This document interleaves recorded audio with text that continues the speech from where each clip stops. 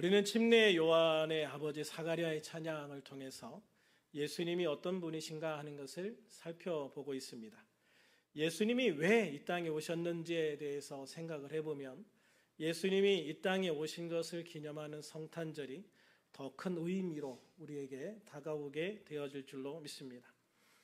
먼저 우리는 사가랴의 찬양을 통해서 예수님에 대한 두 가지를 살펴보았습니다.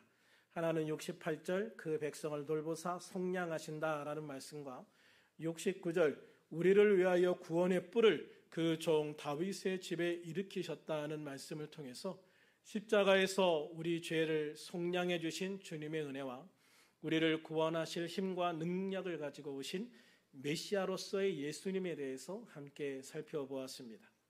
그리고 72절과 73절을 통해서 우리를 긍휼히 여기사 우리를 죄에서 건지시는 주님의 은혜와 우리와의 언약을 분명하게 기억하시고 행하시고 성취하시는 주님의 은혜에 대해서 함께 나눴습니다. 또한 74절과 75절에 보면 그로 인하여 우리들은 원수의 손에서 건지심을 받고 종신토록 주님 앞에서 성결과 의로 두려움이 없게 하셨다라고 말씀하시므로 우리가 예수님을 믿고 사탄 마귀가 주는 두려움을 떨쳐버리고 강하고 담대하게 주님 앞에 두려움 없이 나아가서 주님을 섬기는 은혜를 받았다는 것을 말씀을 드렸습니다. 오늘은 이렇게 메시아로 오신 예수님의 길을 준비하기 위해서 온 침례 요한에 대한 말씀입니다. 사가랴 입장에서는 이제 자신의 아들의 사명에 대해서 말씀하고 있는 것이죠. 먼저 본문 76절 같이 읽어봅니다. 시작. 이 아이여 내가 지극히 높으신 이의 선지자라 일컬음을 받고 주 앞에 앞서가서 그 길을 준비하여. 할렐루야. 그렇습니다. 하나님은 사가랴의 입을 통해서요 침례 요한이 지극히 높으신 하나님의 선지자라고 불리게 될 것이다 라고 예언하고 있습니다. 마태복음 11장 9절에 보면 예수님께서도 침례 요한에 대해서 굉장히 높은 평가를 하시는 것을 볼 수가 있습니다. 같이 읽어볼까요? 시작. 그러면 너희가 어찌하여 나갔더냐? 선지자를 보기 위함이었더냐? 옳다. 내가 너희에게 이르노니 선지자보다 더 나은 자니라. 아멘. 그렇습니다. 선지자보다 더 나은 자다. 개역 성경에는 더 큰 자다라고 했고 개역 개정에는 더 나은 자다라고 평가하고 있는데요. 큰 자든 나은 자든 이전 선지자보다는 훨씬 더 귀하게 쓰임받는 존재다라고 하는 것을 말씀해 주시고 있는 거죠. 선지자라고 하는 직분은요, 장차 오실 메시아에 대해서 예언하는 직분입니다. 침례 요한은 구약의 마지막 선지자이면서 구약과 신약을 연결시켜주는 다리 역할을 하는 그런 선지자이기도 하지요. 구약의 다른 선지자들은 언제일지 모르지만 오실 예수님. 그러니까 이 구약의 대부분의 선지자들은 메시아로서의 예수님이 언제 오신다라는 것을 얘기를 못해요. 그냥 언젠간 오실 거야. 이런 분이 이런 모습으로 언젠간 오실 거야. 그래서 우리는 그분을 통해서 구원을 받게 될 거야. 이렇게 이야기하는 게 구약의 선지자들의 한계점이었어요. 그런데 침례 요한은 다르지요. 왜냐하면 예수님과 6개월 차이로 태어나지 않습니까? 그래서 이 요한이 증거하는 메시아는 이미 와서 이 사역을 위해서 준비하고 있고 이제 그 사역의 준비가 거의 다 끝나서 곧 등장하실 메시아, 그 예수님에 대해서 이야기를 하는 거예요. 다른 선지자들에 비해서 월등히 더 구체적이고 현실적인 메시아에 대해서 이야기할 수가 있는 것이죠. 그래서 막연한 메시아를 이야기하는 다른 선지자들보다 훨씬 더 나은 선지자다라고 침례 요한을 평가하고 있는 거예요. 그러면 우리들은 어떻습니까? 우리들은 하나님의 선지자라고 불리지는 않아요. 우리는 하나님의 백성, 하나님의 자녀라고 불리지요. 그런데 생각해보면 선지자가 더 큰 존재일까요? 하나님의 자녀가 더 큰 존재일까요? 그렇습니다. 당연히 하나님의 자녀가 더 귀하고 중요한 사람입니다.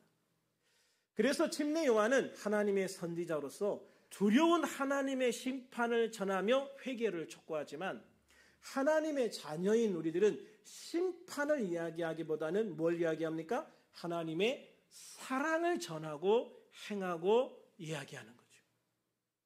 이게 차원이 다른 거예요.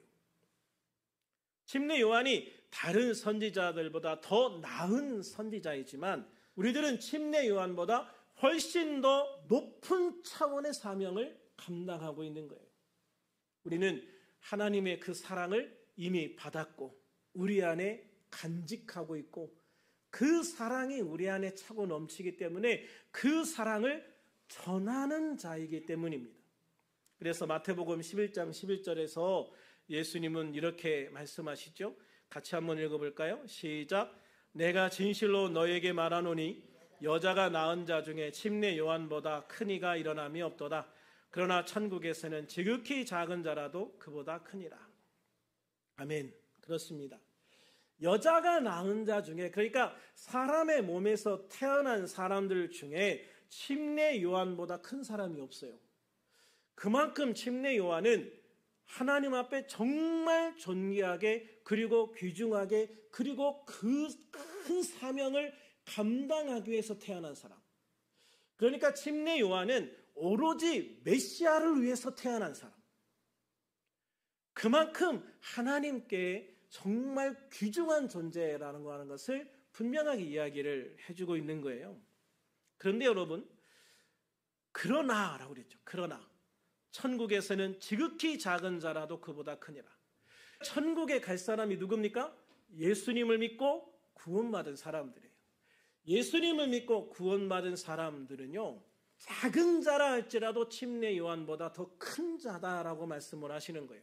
그러니까 예수를 믿는 사람은 침례 요한보다 더 높은 차원의 그리고 더 나은 하나님의 사명을 가지고 있고 하나님께서 침례 요한보다 훨씬 더 귀하게 여기는 존재들이다라고 말씀하시고 있는 거지요. 예수님을 믿는 우리들은요, 그냥 단순한 어떤 사역자, 선지자가 아니라 예수님을 통해서 죄사함을 받고 천국 백성이 되었기 때문이에요. 하나님의 자녀가 되었기 때문입니다. 그래서 베드로전서 2장 9절에서 사도 베드로는 믿는 성도들을 향해서 이렇게 말씀하십니다. 같이 읽어볼까요? 시작. 그러나 너희는 택하신 족속이요 왕같은 제사장들이요 거룩한 나라요 그의 소유가 된 백성이니 이는 너희를 어두운 데서 불러내어 그의 기이한 빛에 들어가게 하신 이의 아름다운 덕을 선포하게 하려 하심이라. 할렐루야. 그렇습니다. 너희는 택하신 족속이다라고 말씀하고 있어요. 너희는 택하신 족속이다. 하나님께서 특별히 선택한 사람들이다라는 것이죠.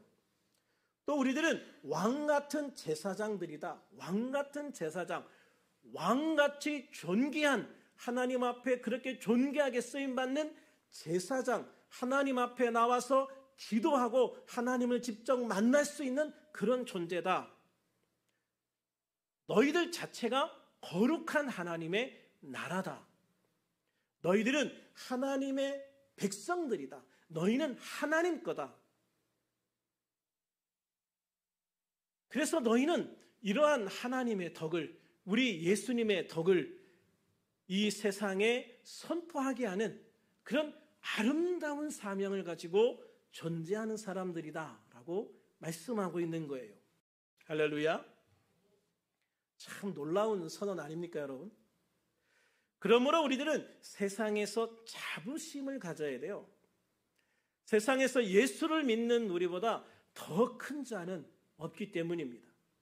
세상에서 예수님을 믿는 하나님의 자녀들보다 더 존귀한 자도 없기 때문이에요. 내 뒤에는 언제나 든든하신 하나님이 버티고 계시다. 하나님께서는 언제나 내 손을 잡고 나와 함께 동행하신다. 어떤 문제 앞에서도 주님과 함께면, 어떤 문제도 주님과 함께면 능히 이 모든 것을 극복하고 넘어갈 수 있는 힘, 능력이 우리에게 있다.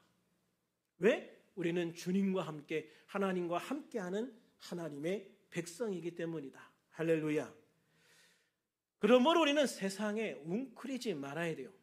가슴을 쫙 펴고 당당하게 주님을 보고 살아가는 우리들, 그런 하나님의 백성들이 되어지기를 주님의 이름으로 축원합니다. 또 본문 76절에 보면 침례 요한은 주님의 길을 준비하는 사명을 가지고 이 땅에 태어났다라고 말씀하고 있어요. 76절을 다시 한번 같이 읽어보겠습니다. 시작. 이 아이여 내가 지극히 높으신 이의 선지자라 일컬음을 받고 주 앞에 앞서가서 그 길을 준비하여, 주 앞에 앞서가서 그 길을 준비하는 자. 침례 요한은 그렇게 예수님의 초림, 그러니까 처음 오신 예수님의 길을 준비하는 사명을 가지고 이 땅에 태어났다는 거예요. 그러나 하나님의 자녀인 우리들은 이미 십자가의 대속의 사명을 완수하시고 부활하시고 승천하셔서 장차 다시 오실 주님의 증인, 바로 그 증인의 사명을 감당하는 거예요. 침례 요한이 주님의 메시아 사역의 시작을 알린 전령과 같은 존재라면 우리는 주님의 구원 사역을 완결시키는 그 사명의 협력자로 존재하는 것이다라는 거죠. 주님이 시작하신 구원의 사역은요, 예수님이 심판의 주로 다시 오셔서 하나님의 자녀와 죄인들을 완전히 분리시키실 거예요. 하나님의 자녀의 육체들을 완전한 육체로 부활시키실 겁니다. 영원한 하나님의 나라, 새 하늘과 새 땅에서 살아가게 하실 거예요. 그때 이 예수님의 구원 사역이 완성되어지는 겁니다. 그래서 우리는 그 주님의 사역이 이렇게 완성되어질 때까지 주님과 함께 주님과 동행하면서 주님의 사역을 돕는 동역자로서 살아가는 것이죠.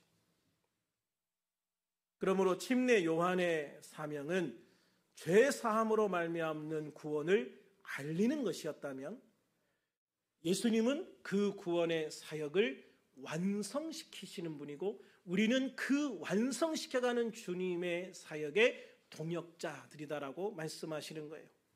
본문 77절을 같이 읽어볼까요? 시작. 주의 백성에게 그 죄 사함으로 말미암는 구원을 알게 하리니. 그렇습니다. 침례 요한이 예수님의 길을 준비하기 위해서 가장 중요하게 해야 할 것이 바로 죄 사함의 침례를 베푸는 거였습니다. 왜냐하면 예수님을 믿고 영접하려면 내가 죄인이라는 것을 인정하는 것이 굉장히 중요해요. 내가 죄인이라는 것을 인정해야만 예수님을 믿고 예수님을 영접할 수 있기 때문입니다. 그래서 마가복음 1장 15절에 보면 침례 요한은 사람들을 향해서 이렇게 선포하죠. 때가 찼고 하나님의 나라가 가까이 왔으니 회개하고 복음을 믿으라. 회개하고 복음을 믿으라. 그런데 저는 처음에 성경을 읽으면서 이 말씀 때문에 굉장히 혼란스러웠습니다. 제가 처음 교회 가서 성경 공부를 할 때 회개에 대해서 어떻게 배웠냐면 예수님을 믿고 예수님의 십자가 보혈을 의지해서 나의 죄를 고백하는 것이다. 그렇게 배웠거든요. 그런데 예수님을 믿기도 전에 먼저 회개부터 하고 복음을 믿고 구원을 받으라는 거예요. 그러면 예수님을 믿기도 전인데 내가 어떻게 회개해서 죄 용서를 받을 수 있을까? 저는 여기에 대해서 굉장히 큰 혼란을 겪었어요. 이해가 안 되니까. 저는 또 성격이 조금 못돼서 이해가 안 되면 다음 단계로 이게 넘어가지를 못하는 성격이거든요. 이걸 해결하고 가야 되는데 이게 해결이 안 되니까 여기에서 제가 굉장히 큰 어려움을 겪었던 기억이 있어요. 그런데 사도행전 18장 24절부터 19장 7절까지를 보면 이 문제가 실제로 문제가 되어서 이 문제를 해결해가는 그런 장면들이 나오고 있습니다. 사도행전 18장 24절과 25절에 보면 알렉산드리아에서는 아볼로라고 하는 한 유대인이 나와요. 이 유대인이 에베소에 가서 복음을 전하는데 예수에 관한 것을 열심히 가르치고 전도하는데 이 사람은 언변이 굉장히 좋았어요. 그래서 사람들을 막 확 끌어당기고 사람들을 모이게 하고 그래서 그 사람들에게 어떤 막 깊은 감동을 주었는데 문제는 뭐냐면 이 사람이 요한의 침례만 알았다라고 말했어요. 요한의 침례만 알았다라고 하는 건 뭐냐면 요한이 말하는 회개의 개념만 알고 있었다라는 것이죠. 그래서 브루스길라와 아굴라 부부가 이 아볼로를 따로 데려다가 하나님의 도, 즉 예수님의 복음을 더 정확하게 풀어 가르쳤다라고 말씀하고 있어요. 아볼로는 그제서야 온전히 예수님을 믿고 주님의 복음을 전하는 그런 사역자가 될 수 있었던 거죠. 사도행전 19장으로 넘어가면 사도 바울이 에베소에 갔을 때 에베소에 있는 교인들을 만나서 너희가 믿을 때 성령을 받았느냐라고 물어요. 그런데 그들이 전혀 정말 이 사도 바울의 기대와 전혀 다른 대답을 해요. 우리는 성령이 계심을 듣지도 못했다. 우리는 성령에 대해서 단 한 번도 말도 들어본 적이 없다라고 말하는 거예요. 아볼로로부터 침례 요한의 회개만 배웠기 때문에 온전한 믿음을 가지지 못했다는 거예요. 즉 예수님을 영접하는 데까지 가지 못했다는 거예요. 성령이 우리에게 임하신다는 것은 내가 예수님을 영접할 때 승천하신 예수님이 영으로 우리에게 임하시는 거거든요. 예수님의 영이 우리에게 임하심으로 우리에게 성령이 임하시는 거예요. 그런데 예수님을 영접조차 안 했잖아요. 그러니까 예수님이 성령으로 우리 안에 오실 수도 없었던 거죠. 그래서 4절부터 보면 사도 바울은 그들에게 예수의 복음을 처음부터 다시 전하기 시작합니다. 그러니까 요한이 말하는 그런 개념이 아니라 정말 예수님이 말씀하신 예수님의 복음을 다시 가르치는 거예요. 그런데 우리는 이런 경우들을 현대 교회에서도 자주 봐요. 교회는 다녀요. 나는 예수님을 믿는 그리스도인이라고 얘기를 해요. 나는 그리스도인입니다. 나는 예수님을 믿는 사람입니다. 그런데 예수님을 실제로 영접하지도 않았고 실제로 주님의 말씀대로 순종하지도 않고 세상의 말을 따라서 세상의 어떤 세력을 따라서 세상의 풍조를 따라서 그렇게 흘러가는 사람들을 많이 봐요. 그러니까 정말로 내가 그리스도인이다라고 말하면 내가 예수님을 영접한 사람이 그리스도인인 거예요. 교회 다니는 사람이 그리스도인이 아니고 예수님을 영접한 사람이 그리스도인이고 예수님을 영접한 사람에게 성령이 임하시는 거거든요. 그래서 사도 바울이 이들에게 구체적인 예수님의 복음을 전하고 예수님을 영접시킨 다음에 안수기도 했더니 그들에게 성령이 임하셨다라고 말씀하고 있어요. 그렇습니다. 알렉산드리아 출신 아볼로가 예수님을 전한다고 하면서도요, 예수님이 말씀하신 회개가 아니라 침례 요한이 말하는 회개를 가르친 것이 에베소 교회의 문제점이었고 이것을 사도 바울이 와서 해결한 것이죠. 온전한 복음을 전함으로써. 그러면 침례 요한이 말하는 회개와 예수님이 말씀하시는 회개는 어떤 차이가 있는가? 이게 중요한 거예요. 언뜻 보면 같은 것 같은데요, 아주 근본적인 차이가 있습니다. 아볼로가 사람들에게 전도하면서 침례 요한의 회개만을 전할 수밖에 없었던 이유가 있었겠죠? 아마 이 침례 요한에게 가르침을 받은 침례 요한의 제자로부터 가르침을 받았을 것 같아요. 아니면 침례 요한이 사역을 할 때 아볼로가 직접 침례 요한에게 가서 배웠는지도 몰라요. 그러니까 침례 요한에게 배운 지식을 가지고 예수님을 전하다 보니까 예수님을 전한다고 하면서 엉뚱한 얘기만 했겠죠? 왜 그랬을까요? 가장 중요한 건 뭐냐면 이 회개에 대한 개념의 차이, 요한이 말하는 회개와 예수님이 말씀하시는 회개가 무엇이 다른지를 몰랐기 때문에 이 아볼로는 굳이 예수님이 말씀하시는 회개에 대해서 새롭게 알아가야 한다는 필요성을 느끼지 못했던 거죠. 그러면 뭐가 다르냐? 침례 요한이 말하는 회개는요, 내가 죄인임을 인정하는 거예요. 그게 요한이 말하는 회개예요. 당시의 이스라엘 백성들은요, 자신들이 죄인이라는 생각을 전혀 안 했습니다, 여러분. 이스라엘 백성들이 가지고 있는 가장 고집하는 생각이 뭘까요? 이스라엘 백성들이 가지고 있는 가장 기본적인 생각. 우리는 선민이다. 우리는 선민이다. 이 선민의식이 이스라엘 백성들에게 정말 뿌리 깊게 박혀 있어요.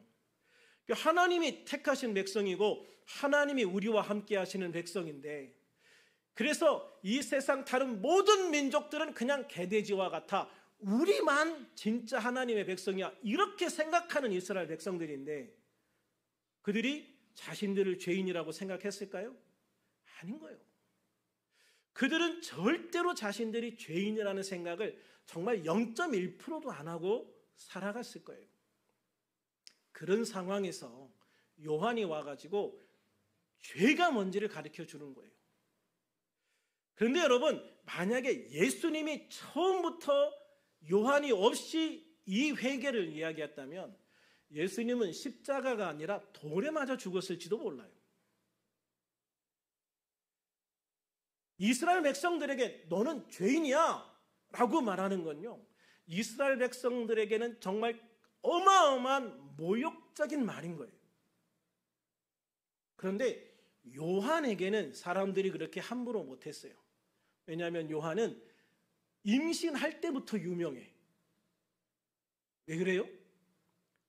요한은 제사장 가문인데 엄마가 아이를 낳을 수 없는 할머니가 임신한 거잖아요. 그러니까 오늘날로 보면 유권사님이나 조권사님이 임신한 거야. 그러니까 사람들에게, 야, 세상에 엘리사벳이 임신했단다? 어느 세상에 그 나이에 어떻게, 야, 그 할머니가 어떻게 임신을 해? 막 이렇게 화제가 된 거죠. 그리고 이 요한이 태어났을 때 그 가문에 요한이라는 이름이 없었잖아요. 그런데 이 엄마 사가랴가 우리 아들의 이름은 요한이라고 할 겁니다라고 할 때 그 문중 사람들이 막 난리가 났어요. 우리 집안에 요한이라는 이름이 없는데 아버지 이름을 따라서 사가랴라고 붙이든지 해야지 웬 뜬금없이 요한이야, 막 이렇게 반박을 하는데, 그때 이 아버지 사가랴가 그 성전에서 그 아들이 태어날 거라고 하는 예언을 들은 날부터 말을 못했거든요. 그래서 말을 못하고 있는 상태에서 뭔가 글씨 쓸 것 좀 달라고 그래가지고 주니까 거기에다가 요한이라고 딱 써서 보여줘요. 그리고 나서 아버지 사가랴의 입이 딱 풀려서 다시 말을 하기 시작을 하거든요. 그러니까 이 사건을 보고 나서 사람들이 뭐라고 말하냐면, 야, 얘는 커서 뭐가 될까? 얘는 커서 뭐가 될까? 야, 정말 얘 기대되는데 얘는 정말 평범한 애가 아닐 거야. 뭔가 대단한 일을 할 거야. 이런 기대를 온몸에 태어날 때부터 받은 거예요. 그리고 이 요한은 그냥 가만히 있으면 아버지 뒤를 이어서 제사장이 될 건데, 그 제사장 직분을 딱 버리고 광야로 가서 에세네파라고 하는 그 광야에서 아주 정말 신앙에 열정적인 아주 뜨거운 신앙을 가진 그 에세네파라고 하는 데 들어가서 거기에서 공부를 하고 어느 날 갑자기 광야에서 외치기 시작하는 거예요. 그러니까 요한은요, 사람들에게 너무 유명한 사람이었고, 저 사람은 정말 평범한 사람이 아니고 뭔가 대단한 일을 할 거라는 기대를 한 몸에 받고 있는 사람이었기 때문에 그 사람이 말한 한마디 한마디는요, 사람들에게 굉장히 영향력을 줬고요, 그렇게 그들의 마음을 부수고 그들의 생각, 그들의 마음을 거스리고 그들을 불쾌하게 하고 그들을 불편하게 만들어도 어떻게 할 수 없는 사람이었던 거예요. 그래서 요한이 그렇게 강력하게 말할 때도 사람들은 반박 못합니다. 심지어 뭐 독사의 자식들아, 우리나라 성경 점잖하게 하니까 독사의 자식들아, 이 뱀새끼 같은 놈들아, 이렇게 말한 거잖아요. 그들에게 굉장히 모욕적인 말들을 하는데도 그 말을 들으면서도 와가지고 그러면 우리가 어떻게 해야 됩니까? 이렇게 말하는 거예요. 그래서 요한은 이스라엘 백성들에게 너희가 죄인이라는 것, 그리고 죄가 무엇인지, 왜 너희들이 이 죄를 깨달아야 되고 이 죄를 해결해야 되는지에 대한 아주 근본적인 질문을 이스라엘 백성들에게 던지면서 그들에게 죄인이구나, 나는 죄인이구나, 나는 이 문제를 해결해야 되는, 이 죄를 해결해야 되는 그런 근본적인 문제를 안고 살아가는 사람이구나, 이런 의식을 사람들에게 심어준 거예요. 그래서 마가복음 1장 15절에서 침례 요한은 회개하고 복음을 믿으라 이렇게 말한 건데, 이 말은 뭐냐면 먼저 내 자신이 죄인이라는 것을 인정하고 이 죄가 해결되어져야 된다는 것을 너희들이 깊이 인식하고 내 뒤에 오실 예수님의 복음을 듣고 너희들이 이 죄를 해결하고 구원받아라. 이게 요한이 말하는 회개라고 하는 것이죠. 그래서 침례 요한은 마가복음 3장 2절에서 백성들에게 이렇게 말합니다. 회개하라, 천국이 가까웠느니라. 회개하라, 천국이 가까이 왔느니라. 그런데 4장 17절에 보면 예수님이 사역을 시작하시면서 이 말을 똑같이 해요. 한자도 안 틀리게 똑같이 해요. 회개하라, 천국이 가까이 왔느니라. 그러니까 요한이 사람들의 마음을 헤집고 찢어가지고 그들이 죄인이라는 것을 깊게 그 죄인이라는 것을 생각하게 하고, 이 죄를 어떻게 할까? 이 죄를 어떻게 해결할 수 있을까? 이 죄인이 어떻게 해야 합니까? 막 이런 마음을 심어준 다음에 예수님이 침례 요한의 그 바톤을 딱 받아가지고 그 죄 내가 해결해 줄 수 있어. 나한테 와. 내가 너희들의 죄를 해결해 줄게. 너희들의 죄를 깨끗하게 흰눈과 같이 없애줄게. 이렇게 말씀하시면서 딱 등장하는 거예요. 침례 요한이 죄를 인정하고 용서받을 소망을 가지라고 한 것을 예수님이 딱 받으셔가지고 이제 너희들이 인정한 죄의 문제를 해결할 수 있는 복음이 여기 있다. 너희들이 와서 복음을 듣고 믿고 죄사함을 받으라 라고 선포하신 거죠. 그러므로 침례 요한은 사람들에게 죄의 문제의 심각성을 일깨워 주어서 예수님 앞에 나오게 했고, 예수님은 십자가 보혈을 통해서 그들의 죄를 실제적으로 사해 주시는 그 놀라운 사역을 몸으로 실천해 주신 것이죠. 그러므로 우리들은 온전한 구원의 복음을 들어야 하고 믿어야 합니다. 그냥 교회만 다니려고 하지 말고 예수님을 믿어야 합니다. 그러므로 우리들은 구원의 복음을 들어야 돼요. 배워야 돼요. 믿어야 돼요. 예수님이 지신 십자가의 의미를요, 우리들이 정말 제대로 배워야 됩니다. 십자가는 절대 장식품이 아닙니다. 십자가는 액세서리가 아닙니다. 우리의 구원이고 우리의 생명이고 우리의 소망입니다. 예수님이 죽음을 이기고 부활하신 것을 믿고 그 의미를 알아야 합니다. 그리고 언제 어디에서나 나와 동행하신다는 약속을 믿어야 합니다. 그리고 다시 오신다 약속하신 주님의 약속도 믿어야 합니다. 이 약속들은 바로 우리가 가지는 소망의 근거가 되기 때문입니다. 그리고 사도행전 1장 8절에서 우리에게 오직 성령이 너에게 임하시면 너희가 권능을 받고 예루살렘과 온 유대와 사마리아와 땅끝까지 이르러 내 증인이 되리라 당부하신 그 주님의 명령을 따라 순종할 수 있는 힘의 원천이 되는 거죠. 그러므로 우리들은 주님이 명령하신 대로 부지런히 복음을 전해서 한 명이라도 더 많이 구원하는데 힘을 써야 될 줄로 믿습니다. 그것이 다시 오실 주님의 길을 준비하는 것이기 때문이죠. 이처럼 우리들은 모든 선지자보다 더 나은 자인 침례 요한보다 더 귀한 신분을 가지고 있고 더 귀한 사명을 받은 하나님의 자녀들인 것을 늘 기억하시기를 바랍니다. 그러므로 우리들은 모두 주님이 주신 이 귀한 사명을 붙들고 믿음으로 굳게 서서 믿음의 싸움을 싸워야 합니다. 달려갈 길을 마칠 때까지 끝까지 달려가야 됩니다. 믿음을 지켜야 됩니다. 그리고 다시 오실 주님의 길을 준비하는 하나님의 사람으로서, 주님의 동역자로서 주님과 함께 이 귀한 사명을 이루어 가야 하는 것이죠. 그래서 마지막 날 주님 앞에 섰을 때 잘하였도다 착하고 충성된 종아. 저는 이 한마디가 우리의 모든 아픔을, 우리의 모든 눈물을 씻어주실 말씀이라고 생각해요. 내가 예수님 앞에 섰을 때 예수님이 잘했어, 잘 살았어, 잘하고 왔다. 주님이 이 한마디 하시면 그 순간에 사실 무슨 상급이 더 필요 있겠습니까? 그 순간에 다른 게 뭐가 필요하겠습니까? 아마 세상에 가장 감격스럽고 기쁨이 넘치는 가장 큰 기쁨을 맞이하는 그 순간이 아닐까요?